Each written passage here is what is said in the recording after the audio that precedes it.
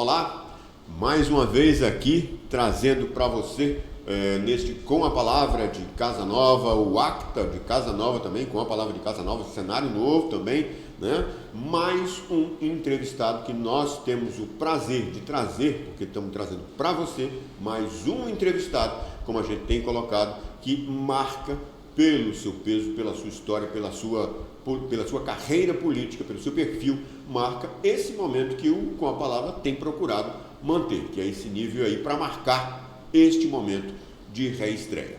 E deixa que ele diga, enquanto a gente estava passando aqui, eu citei alguns dos cargos e ele fez questão de citar, foi vereador também, né? Sem desmerecer, pela importância que dá ao cargo, que para muita gente está no começo da carreira política, mas que ele teve praticamente todos os demais.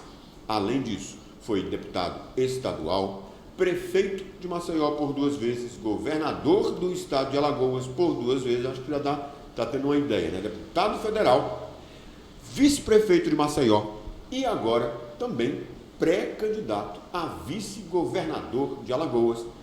E uma outra marca também, primeiro entrevistado que temos o prazer de receber aqui no Com a Palavra pela 3ª vez, 3º ano do programa. Então, dá as boas-vindas a Ronaldo Lessa. Bem-vindo. Felipe, eu que quero dizer que tenho a honra, também como você está retomando, né, Com a Palavra, é uma nova fase que você está fazendo, e eu sei como iniciar como entrevistado aqui. Queria apenas dizer o seguinte, eu não fui prefeito 2 vezes. Não tinha reeleição naquela época, não é verdade? Conseguimos isso no governo do estado, que a gente se reelegeu em 2002.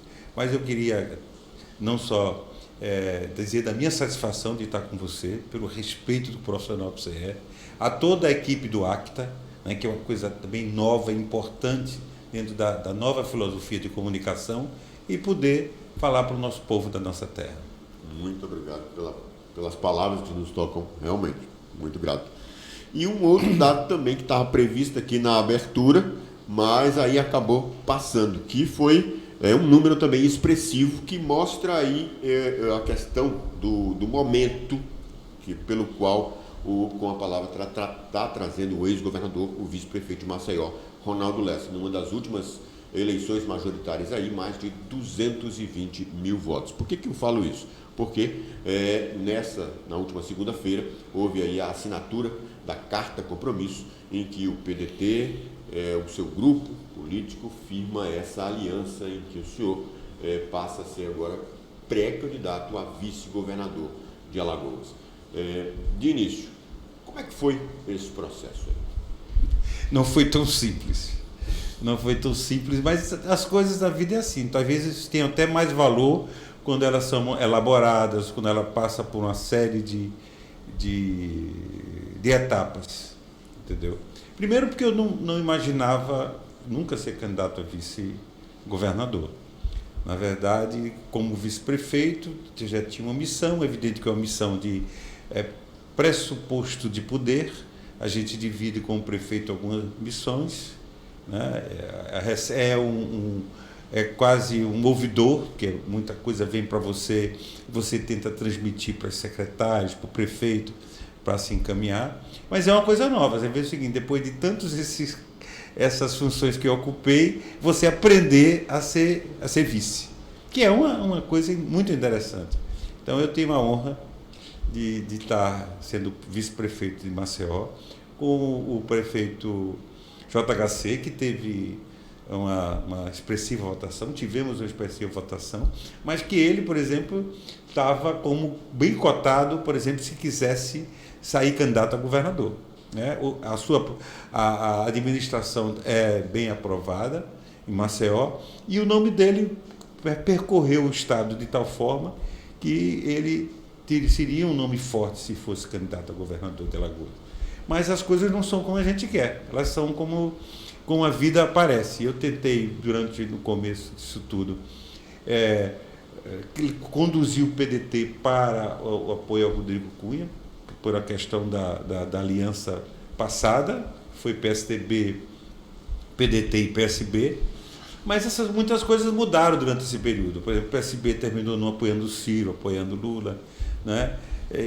Enfim, depois aparece uma chapa completa, e não é nem o PSDB que tem o nome, por exemplo, porque o próprio Rodrigo Cunha já estava na União do Brasil. Enfim, todas essas coisas foram se somando até que a gente, convidado para participar do pleito, o partido entendeu que era interessante participar. E aí eu não tive outra alternativa senão, Felipe, de estar novamente pleiteando mesmo com o cargo de vice-prefeito e sendo exercido. O Acta, exercendo, aliás. O portal, a gente na política, tem acompanhado esse processo e tem apurado junto a pessoas, interlocutores lá próximos, pessoal do governo que tem visto. Apuramos, por exemplo, que havia uma torcida, havia muita gente torcendo efetivamente para que essa aliança realmente se consumasse. A gente já tinha colocado isso há muito tempo. E dentro desse processo, a gente apurou que houve um certo desgaste, para falar um pouco, uma cisma do PDT, do grupo, em especial ligado à liderança Ronaldo Lessa, pela forma como foi colocado, pela forma como foi firmada aquela chapa, a chapa que está do grupo que tem à frente o prefeito de Maceió, JHC, e o senador Rodrigo Cunha. Houve mesmo? Houve, na verdade, foi o partido sentiu-se desprestigiado, né? Eles apresentaram a chapa já pronta, mas eu acho que isso não foi fundamental. Felipe, na minha opinião, o fundamental foi o partido, veja só, esse processo político nosso, com essa nova legislação, ele foi uma coisa muito dura, porque ele faz um processo de capar os partidos, que é bom diminuir, mas não pode ser da forma violenta o que está sendo feito. Aqui, por exemplo, você teve uma força majoritária do governo sugando boa parte dos partidos, ou dos parlamentares do partido, você tem uma ideia, não é? Dos 27 deputados, 24 mudaram do partido. Repare. E do outro lado, o presidente da Câmara Federal, que é alagoano, com a sua força também política, controlando outra parte de partidos, e os outros ficaram, ou fizeram federação, ou com chapas frágeis. E isso não foi só o PDT que ficou frágil. Aí foi frágil do PSB, que agora luta-se o prefeito está lutando para eleger, com o seu prestígio, o irmão, o JC, né? E o próprio Rodrigo Cunha, que terminou migrando do PSDB, aliás, que não tem praticamente chapa forte, que poderia ter, ele era senador da República e hoje candidato a governador. Repare o que é esse processo quando ele não é bem pensado, precisa ser aperfeiçoado, você está entendendo? Precisa ser aperfeiçoado. E a vítima nesse processo, o PDT se sentiu vítima disso aí, né? Da conjuntura como um todo e como a gente foi tratado. Então, o que o partido queria? Ele precisava de um âncora. Meu papel nessa história toda é ser o âncora. No primeiro momento, eu me recusei a que eles aceitassem ser governador por causa do compromisso com o Rodrigo. Aceitei ser colocado senador. E depois, a fragilidade também da gente nisso, teve os convites, né? Poderia ser sido... essa indicação podia ser na chapa do Rui para o Senado, uma das variantes, entendeu? E tinha gente do PDT que defendia isso, mas a maioria do PDT defendia a aliança com o MDB, que politicamente também, nesse instante que a gente está vivendo, tem sua lógica, sua essência, tá certo? Eu estava lembrando isso no dia que fomos firmar a carta, e posso depois conversar com você. Agora, quer dizer, depois... Fica à vontade. Não, eu dizia o seguinte, que eu estava na casa que comecei, né? Fui a primeira vez candidato a deputado pelo MDB e fui eleito em 1982. Aliás, 40 anos atrás, né? 22, 42. Então, essa eleição nossa, e foi o início, o que havia ali? Havia matizes variadas, teologicamente. Era quem agregava, quem não era... Quem não estava no governo, que apoiava a ditadura. Então nós tínhamos gente ali que depois foi para o PSDB, foi para o PDT, foi se criando partidos e aglomerações diferentes. Eu próprio, quando quis sair do PSB em 85, fui ao Rio de Janeiro falar com Antônio Aires, que era o presidente do PSB, para a gente trazer o PSB, refundar o PSB em Alagoas, foi 85.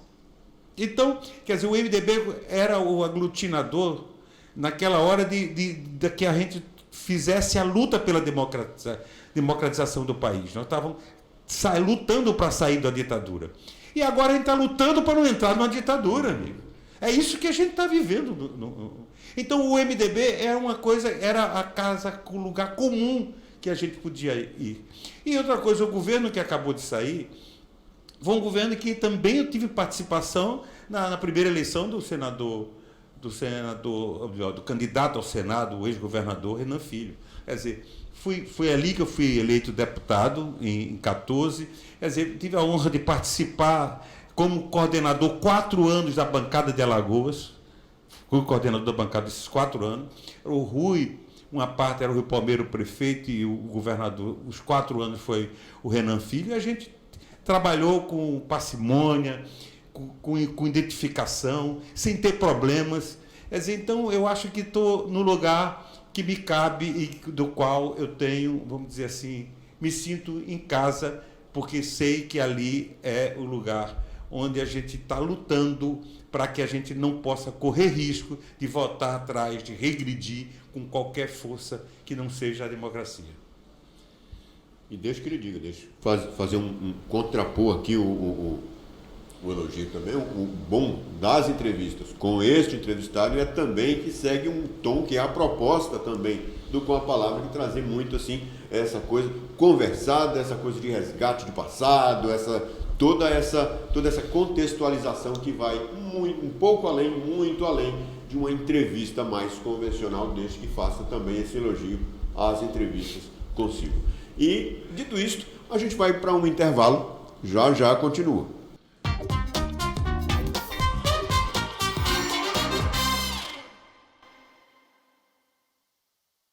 Neste Braskem Explica, vamos falar sobre como funcionam as adoções do programa de apoio aos animais. Criado para atender moradores das áreas de desocupação e monitoramento nos cuidados com seus pets, o programa conta com o canal de adoção Focinho Responsável, que acaba de completar 1 ano.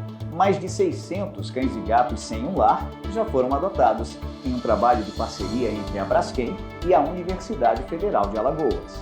Antes de ficarem disponíveis para a adoção, os animais recebem atendimento, são vermifugados, castrados e vacinados. Para adotar, acesse Focinho Responsável no Instagram e preencha o formulário disponível.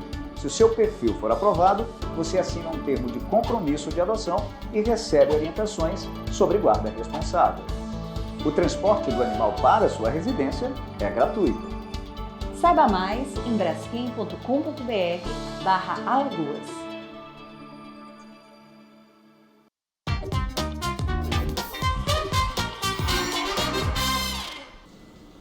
E a gente volta para mais este bloco do Com a Palavra, dessa vez aqui recebendo com muito prazer o ex-governador, prefeito só uma vez, feita a correção, de Maceió, Ronaldo Lessa.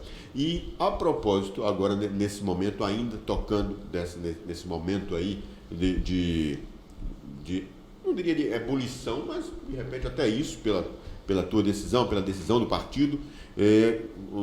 Tu citaste agora há pouco o presidente da Câmara Federal, e aí eu faria menção a uma questão seguinte: foi colocado quando da assinatura da carta compromisso, foi, acho que meio que comemorado até a manchete que foi dada pelo UOL, pelo colunista alagoano Carlos Madeiro, colocando em linhas gerais o seguinte: que alguém dá um drible, né, aliado do vice do JHC, dá um drible em Arthur Lira, mencionando nas entrelinhas Ronaldo Lessa. Não, que sou eu para dar um drible no Arthur, que tem hoje essa força, não só aqui, mas na Câmara Federal. O que nós fizemos, eu acho que foi uma coisa de coerência. Não há nenhum demérito à candidatura do Rodrigo Cunha. Não há nenhum demérito. entendeu? Um rapaz jovem que tem um futuro pela frente. O que existiu e que nos moveu para isso foi a decisão do partido, repare bem, ir ao encontro de um governo que sai aprovado, da mesma maneira que o JHC está bem aprovado, o governo do Renan Filho saiu aprovado, não é? E com avanços consideráveis, inclusive agora no final da área da educação, em setor de saúde. Claro, a gente vai ter que ter muita preocupação com a manutenção dos hospitais, mas foi um grande avanço também. Você está entendendo? As estradas. Então, esse governo mostrou e o povo reconheceu o avanço. Chega e passa, quer dizer, o governo chamado Tampão, eleito pela Assembleia, um jovem que entrou com toda a simplicidade, mas está dando conta do recado. Quer dizer, o Paulo, ele veio para mostrar a sua forma de governar, enfrentou a questão da chuva, tem conduzido bem os problemas, quer dizer, então, e com muita definição até no processo democrático. Quer dizer, nós PDT, estamos na campanha do Ciro, vamos votar no Ciro, mostrando que o projeto novo do Brasil é o Ciro e respeitando, e como ele e Paulo Dantas nos respeita, e vai votar no Lula. Você está entendendo? A propósito exatamente disso, eu colocaria uma outra questão, que foi algo que foi colocado, o ACTA debateu também, mas outros veículos também colocaram que teria sido o seguinte, a conjuntura era o seguinte, a dificuldade, Renan Filho, o grupo do ex-governador Renan Filho, não fez ou não se dedicou a fazer um sucessor e até teria enfrentado uma certa dificuldade primeiro para encontrar um nome, que hoje é o governador Paulo Dantas. E depois disso, Paulo Dantas, já instituído nessa condição de pré-candidato, do nome ungido pelo grupo político do governo, encontrar o vice. E aí chega-se a um vice, como a gente citou aqui, 220 mil votos não são 2 mil, nem tão pouco, e o nome de Ronaldo Lessa, né, tem. E aí eu perguntaria, Ronaldo Lessa incorpora mais a pré-candidatura ao grupo, a chapa, com Paulo Dantas, ou Paulo Dantas traz mais politicamente, agora inicialmente falando eleitoralmente, para o PDT, para o grupo, para essa conjuntura que o PDT está enfrentando? Olha, a aliança é boa quando ela é um processo de ir e vir, das duas mãos. Isso aqui é fundamental. Quer dizer, eu posso trazer para o Paulo, para o governo, para a sociedade, tudo aquilo que Alagoas me proporcionou para eu aprender, desde vereança até o governo do Estado. Quer dizer, isso foi me dado a confiança do povo de Alagoas, e essa experiência tem uma obrigação de ajudar o governo que vem. E ele, um jovem com determinação, sertanejo, que era a grande luta do sertão, de ter um governador daquela região, né, com vontade, com determinação, bom senso. Então, claro, que com a vontade de fazer, que se eu tenho a experiência, ele tem a juventude, a vontade, todos esses pré-requisitos. Ele foi prefeito da sua cidade, deputado, eu acho que é o segundo mandato dele, quer dizer, foi presidente da casa, não foi presidente, era um dos dirigentes daquela casa, e foi escolhido. Não é? Repare, não foi, por exemplo, uma imposição do governo do Estado, não houve isso. Quer dizer, a Assembleia Legislativa escolheu ele como o nome de consenso para ser. Então, eu acho que é uma coisa que eu não posso medir isso. O meu papel é o papel de contribuir. O governador é Paulo Dantas, o futuro é essa juventude, o futuro é JHC, é Paulo Dantas, é Rodrigo Cunha. Ronaldo Lessa e deve ser lutar para o futuro do PDT, para João Folha, para os novos que vão surgir, para Kátia Borne, para Otoniel, para Geraldo Carvalho, para essa turma toda da gente que querem ser candidatos. Está entendendo?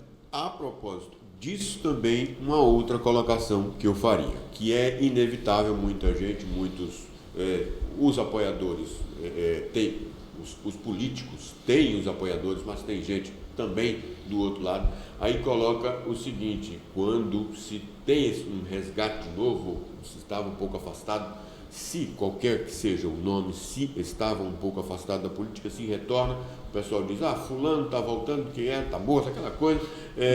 Mas já me botaram morto várias vezes. Por outro lado, a gente viu a disputa pelo nome Ronaldo Lessa para ter como companheiro de chapa. Aí você tem uma situação que é antagônica.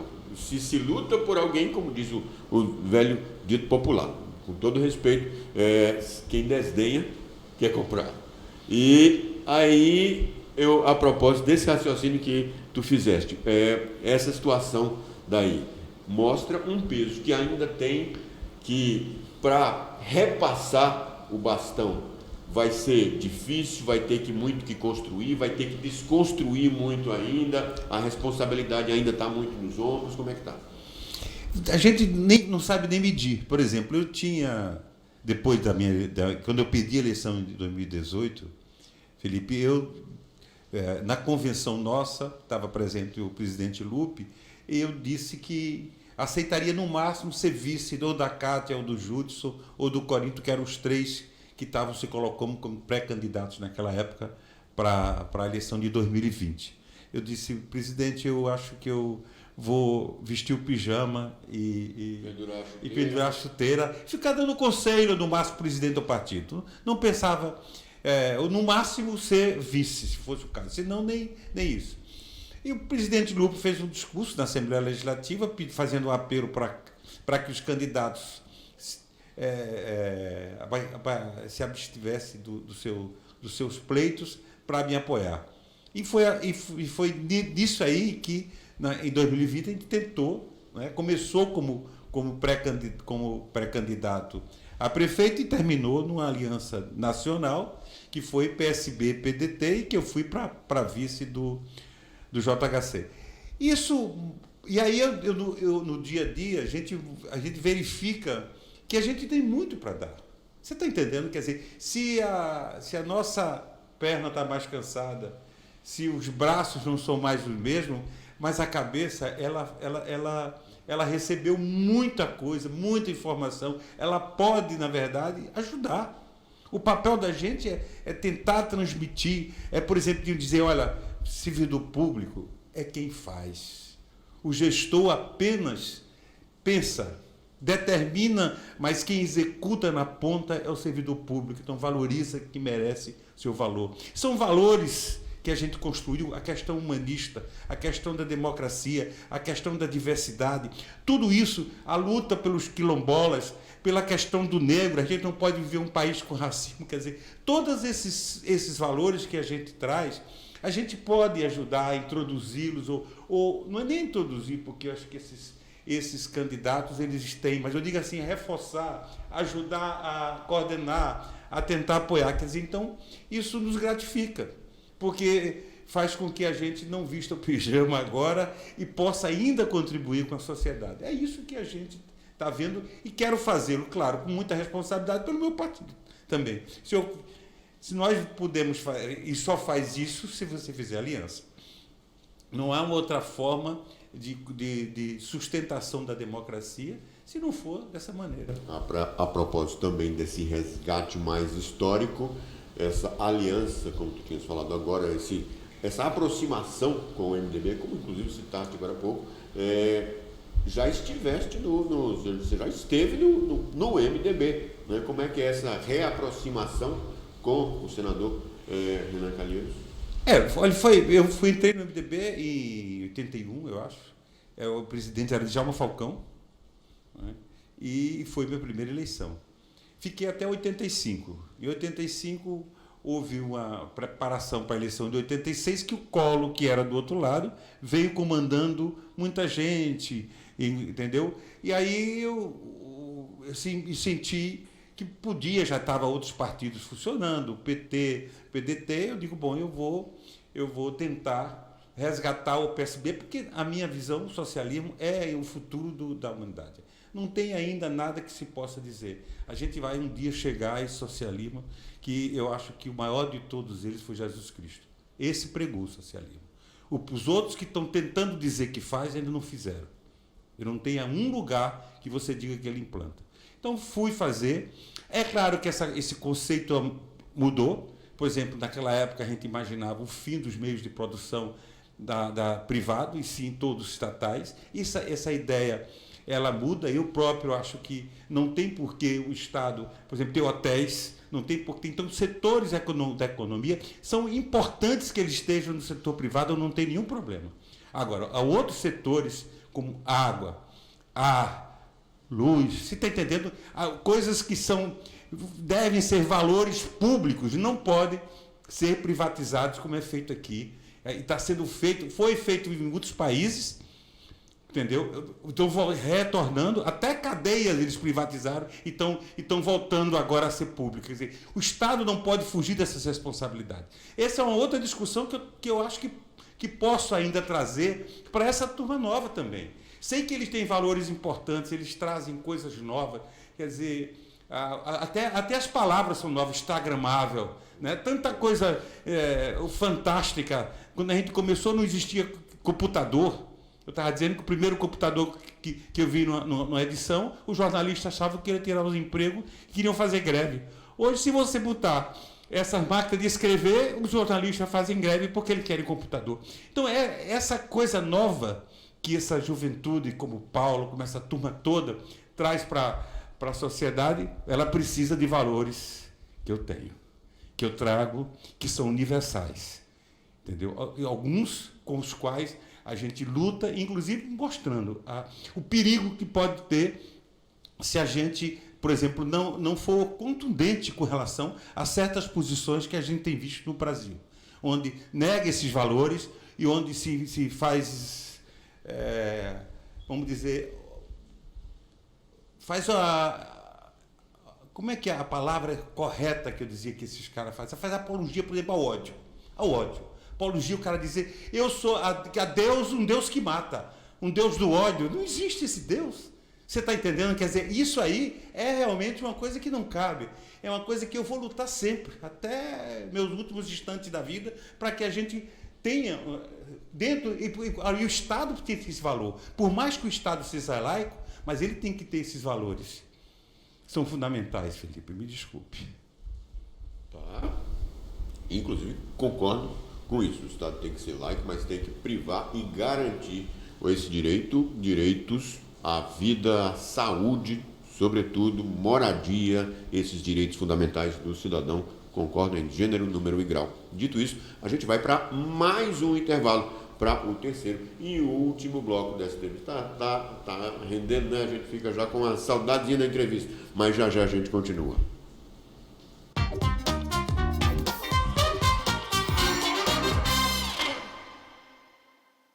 Neste Braskem Explica, vamos falar sobre como funcionam as adoções do programa de apoio aos animais.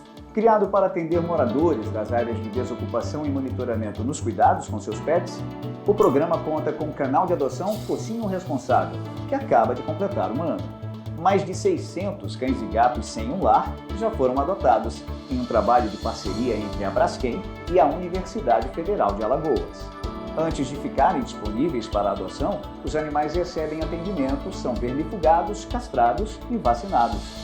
Para adotar, acesse Focinho Responsável no Instagram e preencha o formulário disponível.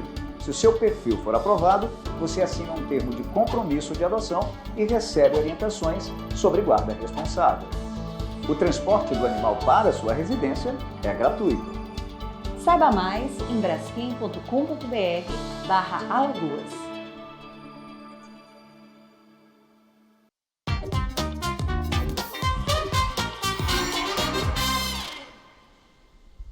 E a gente volta para este terceiro e último bloco, a entrevista está rendendo, né? Com o ex-governador e agora pré-candidato a vice-governador de Alagoas, Ronaldo Augusto Lessa Santos, Ronaldo Lessa. E falando agora um pouco mais de conjuntura nacional. Você acabou de falar dessa questão de cunho mais ideológico, né? E, assim, como é que você está preocupado, por exemplo, em relação às projeções que estão sendo feitas por algumas pessoas de que pode ser uma eleição conturbada, pode ter muita gente que não vá votar até por medo de alguma ocorrência em sessão eleitoral por causa da famigerada, desse famigerado estigma que está se colocando com a urna eletrônica, alguma coisa assim. Olha, isso nos preocupa porque o mandatário maior do país não podia fazer o que ele fez. Por exemplo, quando convida, né, os embaixadores, portanto, vários países coloca daquela forma. Nós tivemos o tempo todo para corrigir e aperfeiçoar. Eu acho que a gente vai dar um salto um dia materializando o voto.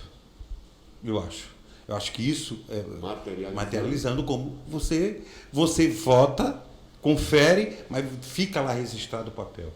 Porque aí não tem como fazer, e vários países fazem isso. Depois ele faz uma amostragem de 1,5%, como se faz de pesquisa, e você verifica se realmente aquilo representa. Acho que isso é um avanço. Você não pode fazer isso agora. E uma pessoa que já foi quase, não sei uma dezena, mas quase isso de vezes, e enfrentou esse processo, não é? Então, sabe que não pode colocar em dúvida isso. Isso pode ser um sinal para você justificar qualquer ato que não seja democrático. Então, esse é o perigo. O outro perigo que a gente está vivendo, na minha opinião, é essa bipolarização que ela não ajuda.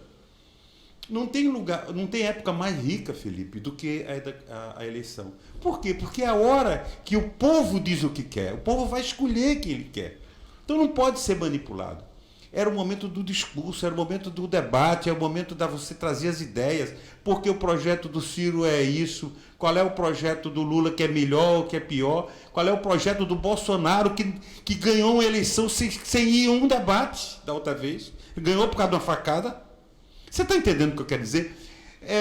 Essas coisas, isso empobrece o momento rico. Se existe um momento rico num país, numa nação, é o momento onde o povo se coloca e diz, eu estou dando a minha procuração a você.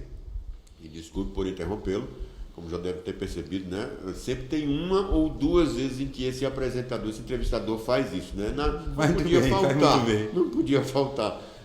A propósito justamente dessa questão aí desse debate, desse momento, como tu tinhas colocado, essa bipolarização, esse momento aí, ele tá se precipitando cada vez mais. Pois é verdade. Isso é uma pobreza. Porque eu estava dizendo, o momento mais rico que a gente tem, que a sociedade tem, está sendo jogado para fora. Eu vou votar em A porque eu não quero o B. Eu vou votar em B porque eu não quero o A. Olha, gente, será que não tem o C ou o D? Será que não tem outras alternativas? Será que com tantas ideias, ou pelo menos com tantos problemas que a gente tem, e com tantos exemplos de soluções que a gente vê lá fora, ou que aqui já foram implantadas, por que a gente fica nessa bipolarização? Ela não ajuda em nada. O PDT vai em Palanque defender, vai receber Ciro Gomes. Ciro Gomes. Ele é o melhor projeto, ele está mais preparado. Eu vi a entrevista dele essa semana, a Globo News reproduziu. Um espetáculo. Isso foi equacionado, já está pacificado, chegou a ser discutido, ou, por outro lado, a propósito dessa questão de se respeitar o contraditório, que tem de ser um dos preâmbulos aí da democracia, isso nem chegou a ser colocado nessas negociações. Na possibilidade dele sair? Não. Eu digo o seguinte, MDB está aqui, inclusive... aqui em Alagoas, por causa dessa questão. Com o PT e tudo mais. E o PDT com o Ciro Gomes. Isso chegou a ser colocado, vai ser algum empecilho, embaraço? Não. A gente tem autonomia porque é um diretório definitivo, mas eu fui a Brasília, eu conversei com o presidente. Eu não fui sozinho, eu fui com o Jurandir, que é o atual presidente em exercício, eu estou licenciado, com o Ret César, que é o decano da gente, e com a Kátia Borne. Nós 4 fomos a Brasília. Eu tive a primeira conversa com ele, depois uma conversa às 5. Às 5 não, 6, porque o líder Figueiredo, né, o deputado do Ceará, que é o líder na Câmara, participou da conversa e eles liberaram. Aqui houve uma restrição, que era o palanque do Bolsonaro. Essa restrição o PDT deixou clara. Não podia fazer nenhuma coligação ali. As outras 3... não houve nenhuma. Podia ser com o ex-prefeito Rui Palmeira, entendeu? Podia ser com o senador Rodrigo Cunha e podia ser com o governador Paulo Dantas. Isso ficava a critério de Alagoas. Como é que vai ser na prática? Tu vais estar no palanque quando o MDB receber o pré-candidato ou então o candidato Lula e pede que eles estejam também quando receberes Ciro Gomes, ou vai estar sozinho? Olha, a minha discussão foi... até hoje a gente avançou da seguinte forma. Nós teremos que formar nosso palanque, nós vamos apoiar o Ciro, entendeu? E queremos esse direito de fazê-lo, de exercer isso. Nossos candidatos e nós. E o Paulo Dantas e o MDB, na pessoa do senador Renan Calheiro, disse que o processo é absolutamente legítimo.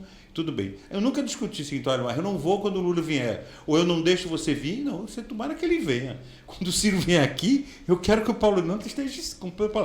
Não sei se ele vai poder ir ou se quer ir. Agora, com certeza nós não temos nada... E até o Renan Filho, se for. Entendeu? A grande polêmica, o grande choque que tem nos dois é entre o Renan Pai e o Ciro. O Ciro na forma dele, né? Que ele... eu acho que às vezes ele exagera. Não é que ele... Eu acho o seguinte, isso é uma avaliação minha. Por exemplo, eu prefiro que você diga a sua qualidade e tire do outro do que você adjetivar. Eu acho que quando você adjetiva, termina que a pessoa que está ali, o seu interlocutor, pode estar achando que você é algum problema de ordem pessoal e não você está entendendo? Quer dizer, então eu João Santana, tentaria convencer o Ciro de, às vezes, não ficar muito nessa tecla. Eu acho que isso podia fazer eles crescer mais, e era tão bom para esse país se a gente pudesse oxigená-lo num debate maior, mais amplo. E reparem, se você olhar quantos por cento tem eleitores definidos do Lula, não é o que diz que vai votar nele porque não quer o Bolsonaro, ou o contrário, está entendendo? Vai votar no Bolsonaro porque não quer Lula. Você vai ver que a margem dos que não vão votar em nenhum dos dois, e desses que podem variar, é maior do que qualquer um dos dois. Quer dizer, a maior parte dos brasileiros tem uma visão que não é, por exemplo, essa do governo do Bolsonaro, por exemplo. Vou dar um exemplo. Não é, entendeu? E que poderiam ser Ciro se não fosse o estilo dele? Sim, talvez o estilo não ajude. Tá entendendo? Eu acho que a outra coisa é a bipolarização. É uma cultura equivocada. É que você diz o seguinte, não, eu vou votar. Se você no segundo turno, você vai ter que fazer uma opção. Mas veja só, quando foi pensado pelo legislador, quando foi estudado o segundo turno, para quê? Foi exatamente para que no primeiro turno se pudesse colocar todas as questões. E depois os dois mais votados, aqueles dois que representaram... Fazer uma depuração. Aí faz a depuração, aí eles dois vão e os outros então se associam cada um no seu entender. Quer dizer, e isso precisa entrar na cabeça do brasileiro. A gente tem valores que a gente não conseguiu culturalmente vencê-los. Eu vi na televisão, 70% não sabem quem votou para deputado. Nem para senador na última. Duvido que ele não saiba qual é o presidente dele, nem o governador, nem o prefeito. Quer dizer, então nós, culturalmente aqui no Brasil, como não somos parlamentaristas, aqui que não é a mesma coisa da Europa e de outros países, a gente não dá valor, a maioria do Brasil não dá valor ao proporcional, como devia. Ele vota e depois você pergunta e ele não sabe quem votou. Quer dizer, isso é um equívoco. É um equívoco cultural que a gente vai ter que vencer com legislação correta. Essa está equivocada. Essa, por exemplo, protege os grandes partidos. Ela é boa quando ela cria as barreiras até determinado nível. Mas não pode ser para prejudicar os pequenos. Entendeu? Quer dizer, prejudicar, que eu digo, massacrá-lo. Porque quando ela exige 20%, ela massacra. Porque se você tiver, repare, em Alagoas, 10 vagas para deputado federal. Se você tiver a média de 16, 15 mil votos, você já teria feito o quociente. Aí não atingiu aos 20%, que é os 30 mil votos. Quer dizer, só os poderosos aqui pode ser? Você está entendendo? Quer dizer, a tese do legislador, ela foi jogada fora quando eles criaram essa obstrução. Está entendendo? Enquanto que para os trabalhadores, para o povo, para a maioria, que é a hora de vencer o capital, porque hoje em dia é o capital que está determinando, são as corporações que determinam o Congresso Nacional, ou a gente a gente só enfrenta esse sistema no dia que a gente compreender isso. Enquanto não, a gente vai ficar escravo desse Congresso do jeito que a gente está vendo. Meu caro, por essas colocações e pela análise, por tudo mais, muito obrigado pela entrevista. Eu que lhe agradeço dessa oportunidade, que há tanto tempo eu não faço isso Que nos bom. veículos de comunicação. É um prazer sempre tê-lo aqui. Obrigado. Gosto de reiterar. E a gente vai ficando por aqui. Como eu falei, acho que cumpri a minha promessa de que seria uma entrevista como as demais, uma entrevista boa, hein? Pois é. E como sempre, a gente coloca aquele para pensar, aquele encerramentozinho, a propósito, sempre com alguma coisa que tem a ver com a entrevista, nesse caso aqui com a experiência política, com essa bagagem toda que a gente citou no comecinho. A gente só vive uma vez, mas se fizer direito, uma vez é o bastante. Até.